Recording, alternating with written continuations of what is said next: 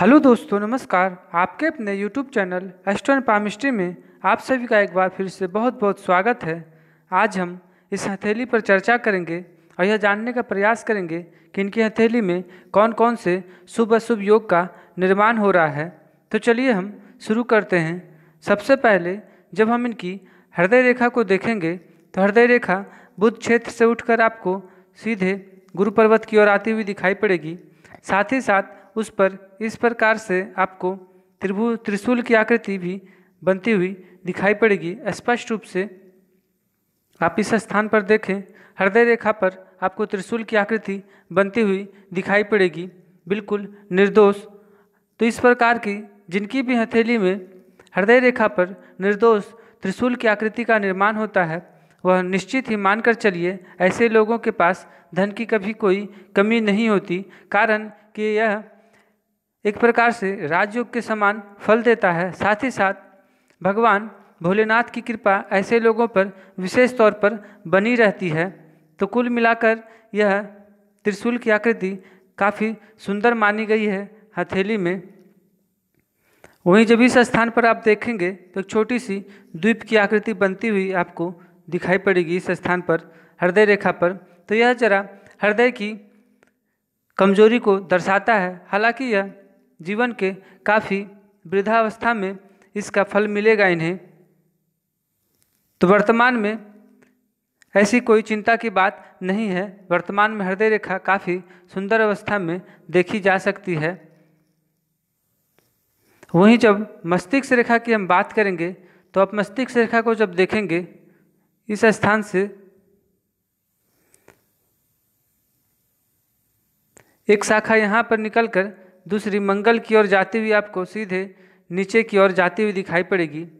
तो मस्तिष्क रेखा जरा इनकी हथेली में आपको दोषपूर्ण अवस्था में देखने को मिलेगी। अब दोषपूर्ण इस प्रकार से है कि मस्तिष्क रेखा वही उत्तम मानी गई है जो सामान्य तौर पर चंद्र क्षेत्र में आकर समाप्त हो गई हो। बिल्कुल मस्तिष्क रेखा दो भागों में यदि विभक्त करती है, वैसे तो मस्तिष्क रेखा ये भी काफ़ी उत्तम है। ऐसे लोगों की स्मरण शक्ति काफ़ी सुंदर होती है, किंतु यदि वही मस्तिष्क रेखा यदि मंगल की क्षेत्र की ओर झुक जाए या चली जाए तो यह व्यक्ति को अत्यधिक क्रोधी बना देती है।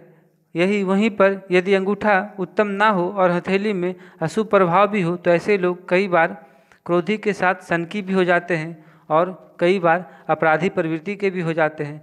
तो इस प्रकार की जरा मस्तिष्क रेखा जरा दोषपूर्ण तो मानी गई है। चूँकि आप जब देखेंगे तो मस्तिष्क रेखा इनकी इस स्थान से मंगल की ओर जाती हुई आपको दिखाई पड़ेगी, बिल्कुल हथेली के उस पार। तो यह जरा व्यक्ति को आवश्यकता से अधिक क्रोध की भावना उत्पन्न कराती है। साथ ही साथ जब आप और गौर से देखेंगे तो इस स्थान पर आप देखें मस्तिष्क रेखा काफ़ी दोषपूर्ण अवस्था में आपको देखने को मिलेगी। यूँ मानकर चलिए कि इस स्थान पर आपको पहले तो ये एक धब्बे की आकृति आपको देखने को मिलेगी। साथ ही साथ यहाँ पर नक्षत्र का निर्माण होता हुआ भी आपको दिखाई पड़ेगा इस प्रकार से। तो यह जरा शुभ नहीं मानी गई है। वहीं और जब आप गौर से देखेंगे तो इस स्थान पर भी आपको मस्तिष्क रेखा पर आपको इस प्रकार से आपको एक दोषपूर्ण अवस्था में एक रेखा काटती हुई आपको दिखाई पड़ेगी इस स्थान से आप देखें। साथ ही साथ जब आप और गौर से देखेंगे तो इस स्थान पर देखें त्रिभुज की आकृति वैसे तो सुफल देती है व्यक्ति को, धन के लिए यह विशेष उत्तम मानी गई है। साथ ही साथ ऐसे लोग अपनी सूझबूझ से अपने मस्तिष्क के इस्तेमाल से धन तो कमाते हैं, किंतु इस प्रकार की त्रिभुज की आकृति जरा व्यक्ति को मानसिक तनाव भी देती है। साथ ही साथ जब इस प्रकार के धब्बे छोटी छोटी आपको देखने को मिले, साथ ही कई छोटी छोटी रेखाएं मस्तिष्क रेखा को इस प्रकार से काटती हुई देखने को मिले, तो निश्चित ही यह व्यक्ति को जीवन भर मानसिक रोगी बनाती है। तो यह इनकी हथेली में जरा मस्तिष्क रेखा अशुभ प्रभाव में देखने को मिल रही है। तो ऐसे लोगों को जीवन भर हम यूँ कहें कि मानसिक परेशानी बनी ही रहती है। हालांकि आप जब देखेंगे तो इस अवस्था के बाद से मस्तिष्क रेखा दो भागों में विभक्त होती हुई आपको दिखाई पड़ेगी अवश्य। तो क्रोध की भावना तो रहेगी, किंतु मस्तिष्क की समस्या धीरे धीरे समाप्त होती हुई देखने को मिलेगी। ऐसे लोग कई बार मानसिक रोग से परेशान हो जाते हैं। सर में दर्द जैसी गंभीर बीमारियां ऐसे लोगों को अवश्य हो जाती है। तो मस्तिष्क का जरा इनकी हाथों में दूषित अवस्था में। वहीं जब हम इनकी आयु रेखा की बात करेंगे, आयु रेखा सामान्य तौर पर अच्छी है। इस प्रकार से गिरती हुई रेखा गिरती हुई स्वास्थ्य की निशानी है। साथ ही साथ जब आयु रेखा को आप देखेंगे तो आयु रेखा को इस प्रकार से कई बिल्कुल यह कहें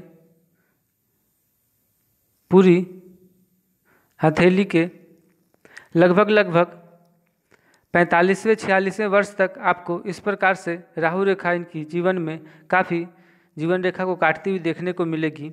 यह जीवन के में काफ़ी परेशानियां को दर्शाती है। ऐसे लोगों को अक्सर किसी न किसी परेशानियों में अवश्य देखा जाता है। धन हानि कराती है यह रेखा, मान हानि कराती है, कोर्ट केस तक दिलाती है, स्थान हानि कराती है। कुल मिलाकर यह राहु रेखा काफ़ी परेशान करती है व्यक्ति को। किंतु जब हम इनकी हथेली में जब गौर से देखेंगे तो इस प्रकार से आपको एक प्रकार से आप देखें उन्नति रेखा गुरु क्षेत्र की ओर जाती हुई देखने को मिलेगी। भाग्य रेखा से मिलती हुई देखने को मिलेगी, भाग्य रेखा से मिलती हुई देखने को मिलेगी। तो जीवन में परेशानियां अवश्य है इनके जीवन में, किंतु बाद में आप जब देखेंगे वही 47वें वर्ष के आसपास तो व्यक्ति निश्चित ही उन्नति को दर्शाता है। इस प्रकार की रेखा तो इनके जीवन में उन्नति की भी कई अवसर आएंगे, देखने को मिलेंगे। वैसे मंगल की हम जब चर्चा करेंगे तो रोग के विषय में भी हम बात कर लेंगे। वहीं जब गुरु पर्वत की हम बात करेंगे उससे पूर्व हम भाग्य रेखा को देख लेते हैं। भाग्य रेखा आप ये देखें, पहली भाग्य रेखा सीधे चंद्र क्षेत्र से उठकर आपको शनि की ओर जाती हुई दिखाई पड़ेगी। वहीं दूसरी एक सहयोगी भाग्य रेखा की सहयोगी रेखा इस प्रकार से आपको आगे बढ़ती हुई देखने को मिलेगी। तो इनकी हथेली में दो दो भाग्य रेखा साथ ही साथ इस प्रकार से जीवन रेखा से निकलकर भाग्य रेखा को छूती हुई स्पर्श करती हुई आपको सहयोगी रेखा देखने को मिलेगी। तो इनकी हथेली में भाग्य रेखा का पूरा सहयोग मिलेगा। 100% बल है इनकी हथेली में भाग्य रेखा का। तो ऐसे लोगों को भाग्य का साथ अवश्य जीवन भर मिलते रहता है। व्यक्ति जितनी भी नीचे गिर जाए व्यक्ति उतनी ही तेज़ी से ऊपर भी उठ जाता है, क्योंकि इनकी हथेली में भाग्य रेखा काफ़ी बलवान है। तो भाग्य रेखा के विषय में कुछ विशेष परेशानी की बात ही नहीं। वहीं जब हम पर्वतों की बात करेंगे तो आप गुरु पर्वत को सबसे पहले जब देखेंगे तो गुरु पर्वत पर आपको इस प्रकार से आप देखें क्रॉस की आकृति, साथ ही साथ इसी क्रॉस से मिलकर आपको वर्ग की आकृति भी बनती हुई दिखाई पड़ेगी। इस स्थान पर आप देखें बिल्कुल छोटी सी तो वर्ग की आकृति भी देखने को मिलेगी। वहीं जब हम गुरु की उंगली को देखेंगे तो यह भी आपको अनामिका से भी बड़ी आपको देखने को मिलेगी। गुरु की उंगली आप देखें इस स्थान से गुरु की उंगली अनामिका से ही बड़ी है। तो इनकी हथेली में हंस नामक राजयोग का निर्माण तो ऐसे ही हो गया, किंतु जब आप गौर से आप जब देखेंगे तो आपको यह उंगली इस स्थान पर आप देखो जरा टेढ़ी अवस्था में भी आपको देखने को मिलेगी। तो कोई भी ग्रह सर्वथा शुभ फल आपको नहीं दे सकते हैं। शुभ के साथ उनकी जो नैसर्गिक गुण है वह अशुभता भी जीवन में अवश्य देखने को मिलती है। तो इनकी हथेली में यह इनको निरंतर जीवन में ऊंचाइयां तो दिलाएगी। ऐसे लोगों को कभी भी अपने काम से सेटिस्फेक्शन नहीं मिलता है। ऐसे लोग निरंतर अच्छा और अच्छा करने की इच्छा रखते हैं, निरंतर जीवन में आगे बढ़ने की कामना रखते हैं। तो कुल मिलाकर ऐसे लोग कभी रुकते भी नहीं हैं। जीवन पर्यंत ऐसे लोग परिश्रमी के साथ साथ आगे बढ़ना ऐसे लोगों को पसंद है। किंतु जब अशुभ प्रभाव में गुरु आते हैं तो लीवर संबंधित परेशानियां भी अवश्य दे देते हैं। ऐसे लोगों का पाचन तंत्र भी कमज़ोर हो जाता है, उदर से संबंधित, पेट से संबंधित परेशानियां भी देखने को मिलती है। तो गुरु की सभी ग्रहों की अपनी नैसर्गिक गुण है, वह शुभ के साथ अशुभ फल भी अवश्य देते हैं। वहीं जब हम शनि क्षेत्र की बात करेंगे तो शनि क्षेत्र आपको जरा अविकसित अवस्था में देखने को मिलेंगे। किंतु अच्छी बात आपको यह है कि जब आप गौर से देखेंगे तो इसी स्थान पर आपको एक सुंदर सी, बिल्कुल स्पष्ट रूप से इतनी सुंदर मत्स्य की आकृति काफ़ी कम हाथों में ही देखने को मिलती है। आप जब देखेंगे इनकी हथेली में, इस स्थान से आप देखें इस प्रकार से,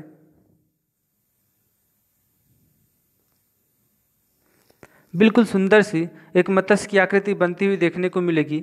इस मत्स्य की आकृति शनि पर्वत पर जब मत्स्य की आकृति का निर्माण होता है, मछली की आकृति का निर्माण होता है, तो यह जरा भाग्योदय में अवश्य विलंब कराता है। साथ ही साथ यह इस बात को दर्शाता है कि व्यक्ति का पूर्वार्ध से ज़्यादा उत्तरार्ध में ऐसे लोग विकसित होते हैं, प्रगति करते हैं। ऐसे लोगों को अक्सर देखा गया है कि लगभग 45वें वर्ष या 46वें वर्ष के आसपास ही ऐसे लोग, 45वें वर्ष मैं इसलिए कह रहा हूँ कि शनि का अपना यह पर्वत की स्थिति को देखते हुए 45वें वर्ष को ही दर्शाता है। तो 45वें वर्ष के आसपास ऐसे लोगों को अवश्य भाग्योदय ऐसे लोगों को देखने को मिलता है। तो इनकी हथेली में यह मत्स्य की आकृति का निर्माण, यह फल इन्हें 45वें वर्ष की अवस्था में ही देखने को मिलेगी। साथ ही साथ जब आप और गौर से देखेंगे तो इस स्थान पर आपको डमरू की आकृति भी देखने को मिलेगी। आप देखें इस रेखा, दूसरी इस रेखा और ये दोनों रेखाएं मिलकर इस प्रकार से डमरू की आकृति का भी निर्माण होता हुआ इनकी हथेली में देखने को मिलेगा। तो कुल मिलाकर इनकी हथेली में मछली की आकृति और डमरू की आकृति दोनों है। तो इनकी हथेली में कई आपको 4 से अधिक अब तक मैं राजयोग का निर्माण इनकी हथेली में देख चुका हूँ। अब आप और जब आप गौर से देखेंगे तो आपको सूर्य पर्वत पर भी आपको मत्स्य की आकृति देखने को मिलेगी। इस प्रकार से आप देखें,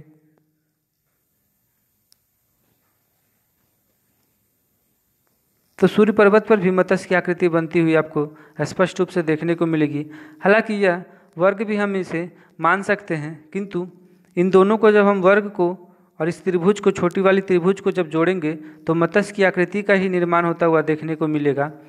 तो सूर्य पर्वत पर भी आपको मत्स्य की आकृति का निर्माण होता हुआ देखने को मिलेगा। यह भी एक प्रकार से राजयोग के समान फल देता है।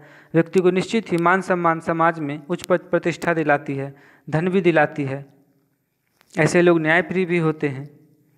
वहीं जब सूर्य पर्वत की हम बात करेंगे तो सूर्य पर्वत आपको खिसक कर बिल्कुल बुध क्षेत्र में आपको बुध की पर्वत से जाकर मिलती हुई आपको देखने को मिलेगी।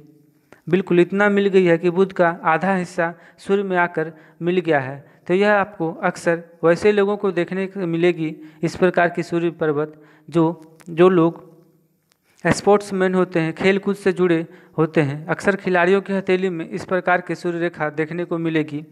इस प्रकार के यदि हथेली में सूर्य पर्वत हो तो ऐसे लोग प्रत्यक्ष या अप्रत्यक्ष रूप से अवश्य ही खेल कूद से जुड़े होते हैं। हालांकि यह खिलाड़ी नहीं हैं, बावजूद इसके इनका व्यापार है और इस प्रकार की खेल सामग्रियों ही इनकी व्यापार करते हैं, खेल सामग्रियों की। तो कुल मिलाकर यह प्रत्यक्ष ना सही अप्रत्यक्ष रूप से अवश्य खेल कूद से जुड़े हैं, इससे कार्य कर रहे हैं। वहीं जब बुध क्षेत्र की बात करेंगे तो बुध क्षेत्र आपको एक तो अविकसित अवस्था में देखने को मिलेंगे, साथ ही साथ काफ़ी कम अवस्था में आप देखें इस प्रकार से बिल्कुल छोटी। तो बुध की पर्वत इनकी हथेली में श्रेष्ठ नहीं है, बावजूद इनके आप देखेंगे इस प्रकार से आपको एक न बल्कि दो व्यापार रेखा, बुध रेखा हथेली में देखने को मिलेगी। तो जो दोष बुध क्षेत्र का ना होने के कारण इनकी हथेली में बन रहा था, वह दोष यहाँ पर लगभग समाप्त होता हुआ आपको देखने को मिला। कारण कि आप यह रेखा को देखें, बुध में जाकर मिलती हुई, माफ़ कीजिएगा, सूर्य क्षेत्र में जाकर ऊपर चढ़ती हुई देखने को मिलेगी। तो जो दोष बन रहा था वह निश्चित ही काफ़ी हद तक समाप्त हो गया है। तो ऐसे लोग निश्चित ही व्यापार में उच्च सफलता प्राप्त कर जाएंगे। साथ ही बुध की उंगली जरा टेढ़ी अवस्था में है, तो ऐसे लोग जरा कटु वाणी बोलते हैं, कटु वचन बोलते हैं, तो इनकी वाणी को जरा देखने की आवश्यकता है जरा। वहीं जब मंगल क्षेत्र की हम बात कर लें, मंगल क्षेत्र आपको काफ़ी दोषपूर्ण अवस्था में देखने को मिलेगी। यही कारण है कि यह एक खिलाड़ी नहीं बन पाए या नहीं है। आप देखें, एक तो आपको अविकसित अवस्था में देखने को मिलेंगे, साथ ही साथ बिल्कुल इस प्रकार से कई रेखाएं, बिल्कुल रेखाओं का जाल आपको मंगल क्षेत्र पर बनता हुआ दिखाई पड़ता है। तो ऐसे लोग शारीरिक रूप से भी कमज़ोर होते हैं। रक्त संबंधित परेशानियां ऐसे लोगों को अवश्य बनी रहती है। रक्तचाप, मधुमेह इस प्रकार से, या हृदय संबंधित इस प्रकार के रोग ऐसे लोगों को समय से पूर्व हो जाते हैं। ऐसे लोग अक्सर भय में जिया करते हैं। जोड़ों की समस्या, शरीर में अस्थि की समस्या, ऐसे लोगों को अस्थि भंग होने की भी समस्या देखने को मिलती है। यह भी इनकी हथेली में जरा अशुभ प्रभाव में है। अब हम राहु क्षेत्र की बात कर लें, वर्तमान में समस्या भी इनकी इसी रेखा के कारण है। 36-37 वर्ष की लगभग इनकी आयु है। आप देखें, इस प्रकार से कई छोटी छोटी रेखाएं आपको इसी अवस्था में बिल्कुल हृदय रेखा, माफ़ कीजिएगा, आयु रेखा, भाग्य रेखा और मस्तिष्क रेखा को भी काटती हुई देखने को मिलेगी। तो इस प्रकार की जिनकी भी हथेली में यह रेखा देखने को मिलती है, निश्चित ही उनके जीवन में अवश्य ही 100% परेशानियाँ अवश्य होती है। इसका सबसे अच्छा और सबसे सरल उपाय हमने अपने अनुभव में यह देखा है, यह पाया है कि ऐसे लोगों को जिनकी भी हथेली में इस प्रकार की रेखा है, वह निश्चित ही प्रतिदिन नित्य राम रक्षा स्तोत्र का पाठ करने लगे तो यह रेखा का दोष काफ़ी हद तक समाप्त हो जाता है और इसका प्रभाव धीरे धीरे बिल्कुल शून्य हो जाता है। तो जिनकी भी हथेली में इस प्रकार की दोष राहु रेखा देखने को मिल रही है, तो वह प्रतिदिन राम रक्षा स्तोत्र का पाठ करें। लगभग 42वें दिन के पश्चात उन्हें इसका प्रभाव देखने को अवश्य मिल जाएगा। अब हम जब शुक्र क्षेत्र की बात करेंगे, शुक्र क्षेत्र आपको काफ़ी उच्चतम अवस्था में देखने को मिलेंगे। बिल्कुल इस प्रकार से कई आपको ऐश्वर्य रेखा देखने को मिलेगी। तो जीवन में भौतिक सुख सुविधा की कमी नहीं होगी।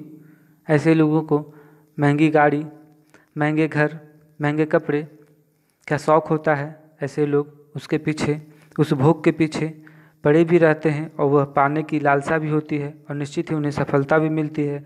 कारण कि जब शुक्र इतना बलवान हो तो ऐसे लोग कभी भी उससे पीछे नहीं रहते हैं। अंगूठे की बात करेंगे, अंगूठे पर भी यव की आकृति बनती हुई आपको देखने को मिलेगी। तो भौतिक सुख सुविधा की कमी नहीं है। वहीं जब चंद्र क्षेत्र की हम बात कर ले, चंद्र क्षेत्र आपको जरा शुभ प्रभाव भी हम कह सकते हैं। कारण कि इस स्थान पर आप देखें, एक क्रॉस की आकृति बनती हुई देखने को मिलेगी।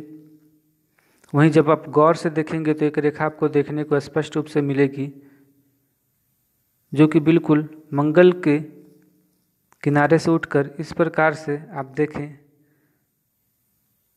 बिल्कुल केतु क्षेत्र में आती हुई देखने को मिलेगी। यह रोग को ही दर्शाता है। वास्तव में यह जिनकी भी हथेली में इस प्रकार के चिन्ह देखने को मिलती है, वैसे लोगों को अवश्य ही टीबी जैसे गंभीर बीमारियां होने का खतरा रहता है। यह जरा शुभ रेखा है, इसे हम शुभ नहीं कह सकते हैं। तो जिनकी भी इस प्रकार के लक्षण या हथेली में इस प्रकार के योग बने रहते हैं, उन्हें निश्चित ही भगवान एकदंत, लंबोदर, श्री गणेश, गौरीपुत्र की आराधना अवश्य ऐसे लोगों को करनी चाहिए, जिसका प्रभाव धीरे धीरे समाप्त हो जाता है। वहीं जब केतु क्षेत्र की हम बात करेंगे, केतु क्षेत्र पर आपको इस प्रकार से इतनी बड़ी त्रिभुज की आकृति बनती हुई बेहद ही कम हाथों में देखने को मिलेगी। तो जिनकी भी हथेली में इस प्रकार से इतनी बड़ी त्रिभुज की आकृति बनती है, निश्चित ही उनका बुढ़ापा 100% सुखमय बीतता है, सुखद बीतता है। ऐसे लोग अच्छे धन संचय कर लेते हैं। आप जब गौर से देखेंगे तो आपको त्रिभुज के अंदर भी एक इस प्रकार से इस रेखा से त्रिभुज की आकृति बनती हुई देखने को मिलेगी। तो त्रिभुज के अंदर त्रिभुज अर्थात धन के अंदर धन, तिजोरी के अंदर तिजोरी, इस प्रकार के लोगों को अवश्य धन काफ़ी मात्रा में होते हैं। ऐसे लोगों के पास काफ़ी धन संचय कर लेते हैं।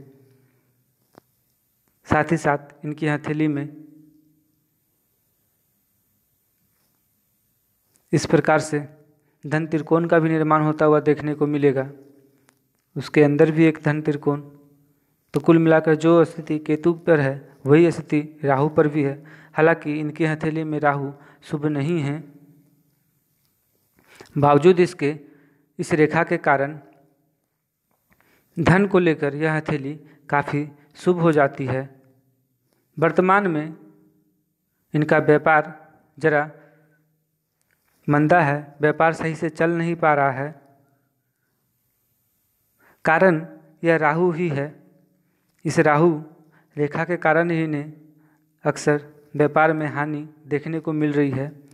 किंतु जैसे ही इनकी 47 वर्ष होगी, आप देखें इस प्रकार से यह उन्नति रेखा भाग्य रेखा को मिलती हुई, उसके बाद इनके जीवन में किसी प्रकार की परेशानी नहीं होगी। हाँ, स्वास्थ्य को लेकर अवश्य इन्हें यह चिंता करने की आवश्यकता है, किंतु उसके बाद किसी भी प्रकार की इन्हें कोई परेशानी नहीं देखने को मिलती है। चूँकि यह मत्स्य की आकृति भी लगभग इसी अवस्था में 45 वर्ष के बाद ही अपना फल देती है।